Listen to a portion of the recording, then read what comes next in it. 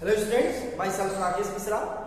In this video lecture, we will learn about the structure of polynucleotide chain. Actually, in previous video lecture, you have learned the mononucleotide, dinucleotide, but more and more practice with that particular topic can ensure the 3 marks or 2 marks in the examination. Because in examination, the question may appears as draw the structure of a dinucleotide chain using adenine and threonine. तो बहुत simple से structure को हम यहाँ पे explain करेंगे. Basically मैंने क्या बोला कि आपके पास एक pentose sugar carbon number assign कर देना है. यहाँ पे ये एक सिंपल पेंटोज शुगर है. यहाँ पे कार्बन नंबर अगर असाइन करेंगे तो carbon number 1, carbon number 2, carbon number 3, carbon number 4, and this is the carbon number 5. Each time when you draw the polynucleotide, dinucleotide, trinucleotide, जब भी आप ड्रॉ करेंगे, carbon number 3 and carbon number 5 will be always free. They will not in the cycle. ठीक है, अगर ये DNA का chain है, ठीक है, तो यहाँ पे अगर हम एक फास्फोरस जोड़ दे रहे हैं, यहाँ पे अगर हम कोई कोई नाइट्रोजनस बेस जोड़ दे, जैसे एडेनिन जोड़ दे, एडेनिन, तो ये OH ग्रुप रिप्लेस करके यहाँ पे एक फास्फोरस जुड़ जाता है. तो ये एक सिंपल सा न्यूक्लियोटाइड हो गया. अगर एडेनिन है तो क्या बोलेंगे, राइबो एडिनोसिन. अगर राइबो शुगर है, ये राइबो शुगर भी हो सकता है या फिर डीऑक्सीराइबो शुगर. तो लेबलिंग भी कर सकते हैं. यहाँ पे हम एक एक करके सब सारी चीजों को लेबल में कर दे रहा हूँ. ये क्या है, पेंटोज शुगर. एग्जाम में लेबलिंग के लिए भी आता है पेंटोज शुगर. ये क्या है, नाइट्रोजनस बेस. और ये जो दिख रहा है पोर्शन, इसको बोलते हैं, ये बॉन्ड जो बना हुआ है पेंटोज शुगर और नाइट्रोजनस बेस के बीच में जो बॉन्ड बना हुआ है, इस बॉन्ड को क्या बोलते हैं, N glycosidic bond. N glycosidic bond, N glycosidic bond. और ये क्या है, फॉस्फेट ग्रुप. Phosphate group. और ये जो बॉन्ड दिख रहा है फॉस्फेट ग्रुप और पेंटोज शुगर के बीच में, इसको बोलते हैं फॉस्फो डाइएस्टर बॉन्ड. एग्जामिनेशन में ये ऐसे नहीं आता है. एग्जामिनेशन में ये बिल्कुल पलट के आता है इस तरह से, यहां पे जो दिख रहा है, ठीक है, एग्जामिनेशन में पलट के आता है. ठीक, अगर हम दूसरे डायग्राम की मैं बात करूं, पॉलीन्यूक्लियोटाइड का चेन बनाना है तो इस तरह से डायग्राम हमको बनाना है. एक न्यूक्लियोटाइड हो गया, ठीक है, एडेनिन जोड़ दें यहां पे, CH फॉस्फोरस, एक न्यूक्लियोटाइड.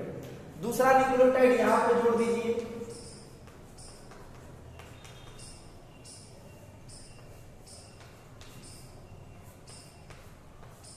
गुआनिन जोड़ दीजिए, दूसरा न्यूक्लियोटाइड.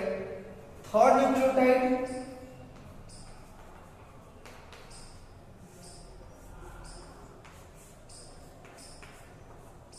साइटोसिन जुड़ गया. फोर्थ न्यूक्लियोटाइड जोड़ना है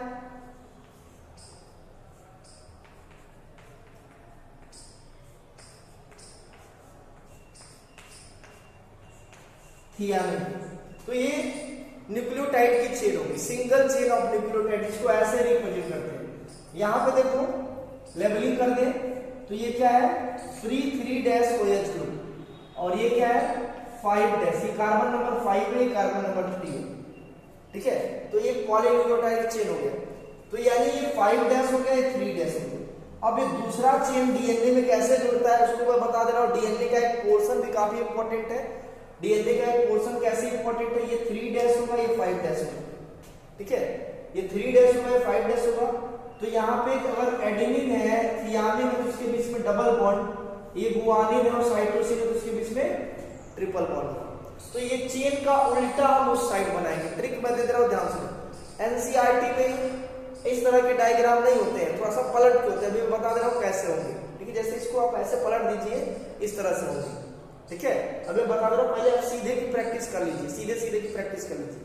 तो एक चेन ये हो गया, दूसरा चेन हम बनाते हैं उस साइड। अब बनाने का तरीका मैं बता रहा हूँ। एडेनिन के सामने आप थियामिन लिख दीजिए, गुआनिन के सामने साइटोसिन, साइटोसिन के सामने गुआनिन और थियामिन के सामने एडेनिन। हो गया। अब आपको करना क्या है कि ये थियामिन है, इसको ऊपर ऐसे डंडा लगा दीजिए। देखो यहाँ नीचे डंडा लगा तो मैंने बोला उसके उस साइड जो है सब चीजें उल्टा होगी, तो यहाँ ऊपर हमको डंडा लगाना है। ठीक है, तो यहाँ पे ये डंडा लग गया, सबके ऊपर क्या लग गया, डंडा लग गया। ठीक है, अब आपको अल्फाबेट के लिख देना है। अल्फाबेट जैसे के लिखते हो वैसे के लिख दो।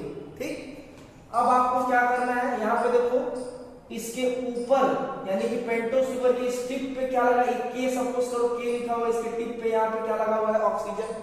तो यहाँ पे नीचे ऑक्सीजन ऐसे लगा देना है, ऑक्सीजन मॉलिक्यूल सब पे लगा देना। ठीक है, ये नीचे ऑक्सीजन मॉलिक्यूल लग गया। ट्रिक है, आराम से इसको कर लोगे। इसके बाद आप इस चेन को कंप्लीट कर लीजिए। ठीक है, इस चेन को ऐसे कंप्लीट कर लीजिए। हो गया। इसके बाद आपको करना क्या है, इसको थोड़ा सा बड़ा करना है।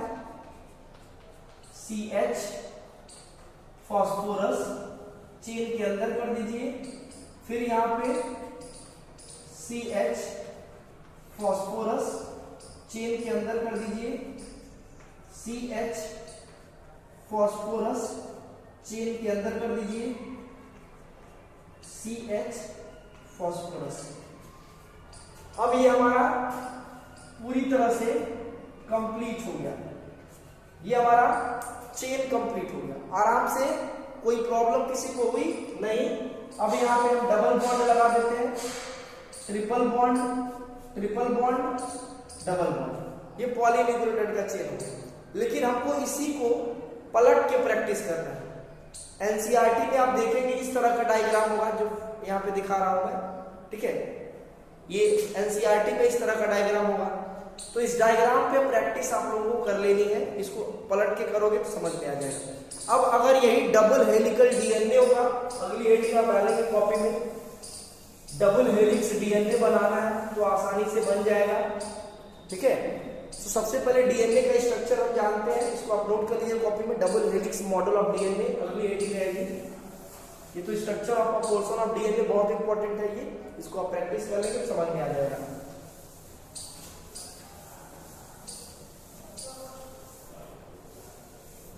Listen, next heading is double helix model of DNA. Double helix model of DNA.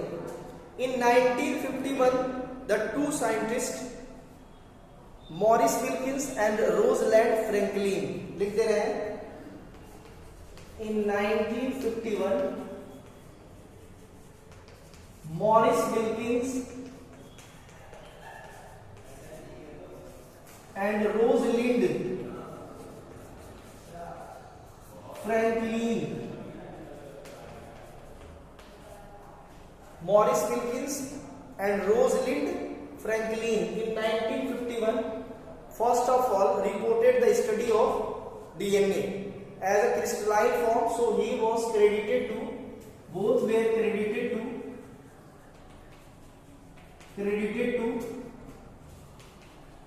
study the X-ray diffraction of crystalline structure of DNA. ये एग्जामिनेशन में आता है। सबसे पहले डीएनए की क्रिस्टलाइन स्ट्रक्चर की स्टडी किसने किया था? Morris Wilkins and Rosalind Franklin. ठीक है, letter after 2 years in 1953 to another group of scientists, James Watson and Francis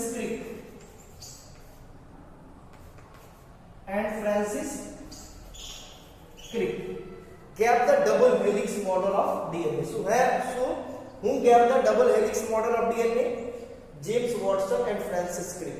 So let me draw the double helix model of DNA. You must have to write about that. Later in 1962, James Watson, Francis Crick, and Rosalind Franklin get award of Nobel Prize in the sector of medicine. Now next heading, structure of double helix model of DNA.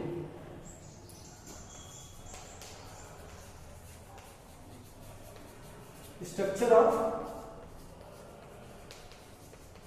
double helix model of DNA. Structure of double helix model of DNA. Let I draw the double helix model of DNA. You must have to write it. आसान है तरीका बनाने का, बस आपको मेरा हाथ देखना है और समझना है.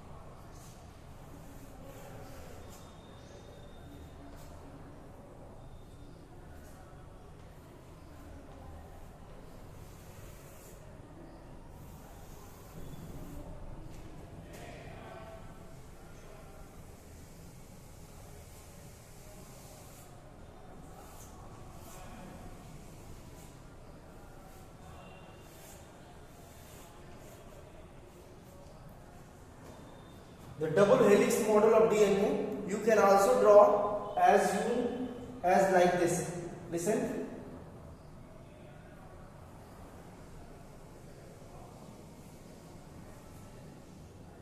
This is the central axis. This is the central axis, and at each interval you will got the nitrogenous base. At each interval you will got the nitrogenous bases. In between the nitrogenous bases there will possibly have the double bond or triple bond. The double bond or triple bond. Keep in mind, it may be the double bond, it may be the triple bond. If the double bond you may exist, you can see, then there is, suppose that this is the double bond. अगर double bond देखते हैं तो ये adenine और thiamine हो सकता है. Similarly ये भी एडेनिन और थियामिन हो सकता है. ठीक है, डबल बॉन्ड किसके किसके बीच में बनता है? एडेनिन एंड थियामिन के बीच में. ट्रिपल बॉन्ड किसके किसके बीच में बनता है? Cytosine and guanine. So let me label the diagram. This is the central axis.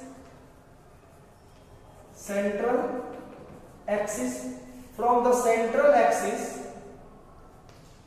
each side of from the central axis, DNA can occupy the 10 angstrom length. The 10 angstrom length. It means total diameter of 20 angstrom. Total diameter of DNA in our nucleus is 20 angstrom. Listen, this is the major group, and this one is the minor group. Major group can occupy 20 angstrom area and minor group can occupy 12 angstrom area. Keep in mind. This is sugar phosphate backbone.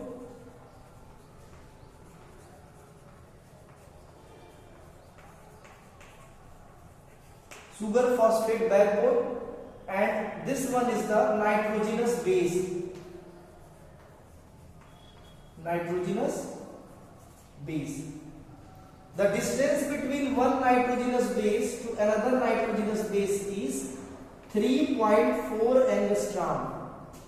It means 3.4 multiplied 10 raised minus 10 meter. It means 0.34 nanometer. It means 0.34 multiplied 10 raised minus 9 meter.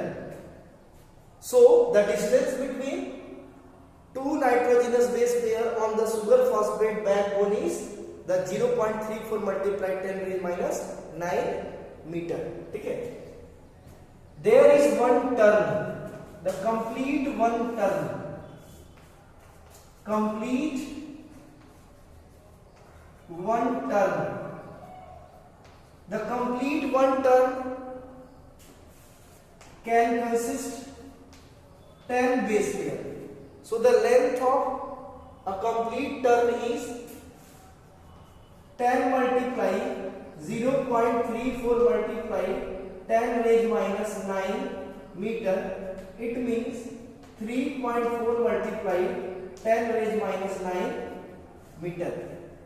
Keep in mind. It is 10 raised minus 9 meter. It means this is the value between one term. So all about the structure, and this is the hydrogen bond. All about the structure of the DNA is given. So this must be write and draw in your own way by seeing the diagram. Diagram बहुत important है, diagram exam में पूछा जाता है. Next video lecture में इसके silent feature की study करेंगे. Sugar phosphate backbone hydrogen bond है, नाइट्रोजनस बेस पेयर्स के बीच में हाइड्रोजनस बॉन्ड है. दो नाइट्रोजनस बेस पेयर के बीच में जो डिस्टेंस है ये आपको काफी अच्छे से लर्न करना है. दो नाइट्रोजनस बेस के बीच में जो डिस्टेंस है वो 0.34 मल्टीप्लाई 10 रेज माइनस 9 बोलो या 3.4 मल्टीप्लाई 10 रेज माइनस 10 बोलो. ठीक है. तो ये पूरा का पूरा हमको स्ट्रक्चर मिल गया. एक कंप्लीट टर्म में यानी एक कंप्लीट पिच में टोटल नाइट्रोजनस बेस 10 होते हैं. टोटल नाइट्रोजनस बेस पेयर्स भी 10 होंगे और उनके बीच में इसका 10 गुना यानी 0.34 मल्टीप्लाई 10 रेज माइनस 9 का 10 गुना यानी कितना 3.4 मल्टीप्लाई 10 रेज माइनस 9 क्या होगा डिस्टेंस होगा. ये सब आपको याद रखना. In next video lecture we will learn about the silent feature of the DNA. Thank you.